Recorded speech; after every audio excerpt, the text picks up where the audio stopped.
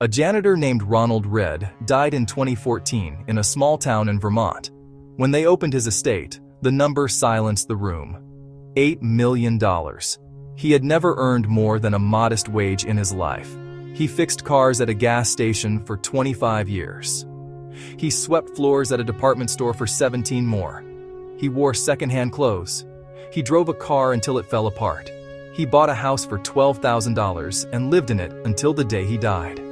A few months before Read's estate made headlines, a man named Richard Fuscone was also in the news. Fuscone was everything Read was not. Harvard MBA, senior executive at Merrill Lynch, retired in his 40s with a fortune. His home in Connecticut had 11 bathrooms, 2 elevators, 2 pools, and 7 garages. The monthly upkeep alone was over $90,000. In 2008, Richard Fuscone declared bankruptcy. He lost every property he owned. A janitor worth $8 million. A Harvard finance executive worth nothing. Same country, same stock market, same era. How is that possible? That question is the starting point of one of the most important financial books written in the last decade. Not because the answer is complicated, because the answer is uncomfortable. The difference between Ronald Read and Richard Fuscone was not intelligence. It was not education. It was not opportunity. It was behavior. Morgan Housel, a financial journalist and partner at a venture capital firm, spent years studying cases like this. What he found reshaped how millions of people think about money. His core observation was deceptively simple. Financial success is not a hard science. It is a soft skill. And soft skills are governed not by what you know, but by how you act under pressure, under envy, under uncertainty, and under the weight of your own expectations. Here is what that means in practice. And here is why it keeps catching smart people off guard. The first trap is what researchers call the moving goalpost. Rajat Gupta was the CEO of McKinsey, one of the most powerful consulting firms on earth. He had a net worth of over $100 million. He was not struggling. He was not behind. He had won. And yet he threw it all away on insider trading because $100 million was not enough when the people around him had billions. Behavioral economists at Princeton studied this pattern across thousands of high net worth individuals. The finding was striking. Satisfaction with money does not scale with the amount. It scales with the gap between what you have and what you expect. When you earn more, you do not feel richer. You recalibrate what enough means, and the new enough is always slightly out of reach. Ronald Read never moved the goalpost. He decided what enough looked like in his 30s, and he held that line for 60 years. His $12,000 house was enough. His modest car was enough. His flannel shirts were enough. Not because he could not afford more, because he understood something that very few people ever grasp. Wealth is not what you spend. Wealth is what you do not spend. That line is worth sitting with for a moment, because every financial disaster story you have ever heard, from bankrupt athletes to over-leveraged executives, traces back to the same failure. Not a failure of knowledge, a failure to define enough. The second trap is one that smart people are uniquely vulnerable to: overconfidence. Neuroscientists at University College London published a study in 2019 using fMRI brain imaging on financial decision makers. When subjects were shown data that confirmed their existing investment thesis, the reward centers of their brains activated. Dopamine surged. They felt pleasure. When they were shown contradicting data, the prefrontal cortex, the rational analysis center, went quiet.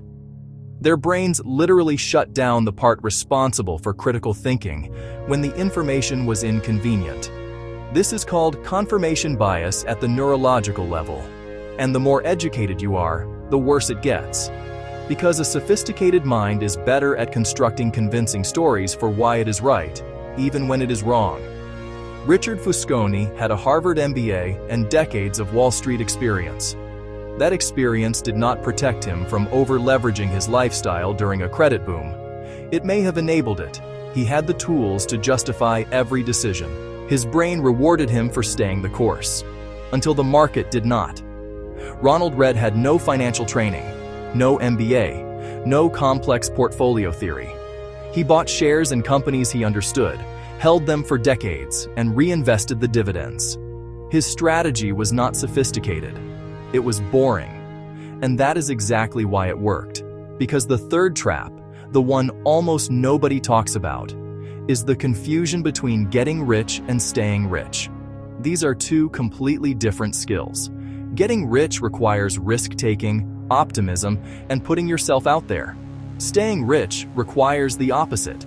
It requires humility, frugality, and a certain productive paranoia. The willingness to accept that what you have built can be lost and to structure your life accordingly.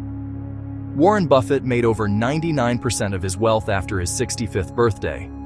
Not because he suddenly became a better investor, because he started investing at age 10 and never stopped. The math of compounding is not intuitive. Our brains are wired to think in straight lines, not exponential curves. A dollar that doubles every year for 30 years becomes over $1 billion. Start just 10 years later, and it becomes 8 million. Same doubling. Different starting point. Radically different outcome. Read gave compounding 60 years. Foscone gave it maybe 20 before he pulled the plug with debt. The janitor did not need a financial advisor. He needed patience. And patience is not taught at Harvard. There is a fourth layer here that Housel identifies, and it is the one that makes this video about you. Nobody is crazy with money. They are just making decisions shaped by a financial world they were born into and cannot unsee. If you grew up during inflation, you fear different things than someone who grew up during a boom. If your parents fought about bills, your relationship with spending is different from someone whose parents never mentioned money. Every financial mistake you have ever made was rational inside the story your brain was telling you at the time. That does not make the mistake less real, but it changes the question from "what is wrong with me" to "what story am I running that I did not choose?" Behavioral researchers at the University of Chicago found that people who experienced a major recession during their formative years, ages 18 to 25, invested significantly less in stocks for the rest of their lives. Not because the math changed, because their emotional map of risk was permanently altered by one experience at one age. You are not making financial decisions in a vacuum. You are making them inside a story that started decades before you opened your first bank account. Here is what all of this adds up to. Ronald Read understood three things that Richard Foscone, despite every advantage, missed. 1. Define enough, and do not move it when your neighbors move theirs. 2. Wealth is invisible. The person driving the luxury car may be wealthy, or they may be one bad month from collapse. The only wealth that counts is what you keep, not what you show. 3. Time is the only asset that compounds everything else. Talent, knowledge, and connections all matter, but none of them work without time. And time requires survival, and survival requires not blowing up. Housel wrote something that I think about often. He said, "I want to be financially unbreakable, and if I am unbreakable, I actually think I will get the biggest returns, because I will be able to stick around long enough for compounding to work." A janitor understood that. A Harvard executive forgot it. If you have been watching this channel, you have heard the richest man in Babylon talk about what to do with money. You have heard Schwartz talk about what to believe about money. This is the third piece of the puzzle, and it might be the most important one. It is not about what you know or what you believe. It is about what you do, and what you do not do. The Wealth Psychology Journal in the description is built around this idea. 1 page per day, 1 behavior to examine, not more information, more awareness of the information you already have. If this changed the way you think about money, subscribe. There is a video on this channel about the belief ceiling that keeps most people earning below their potential.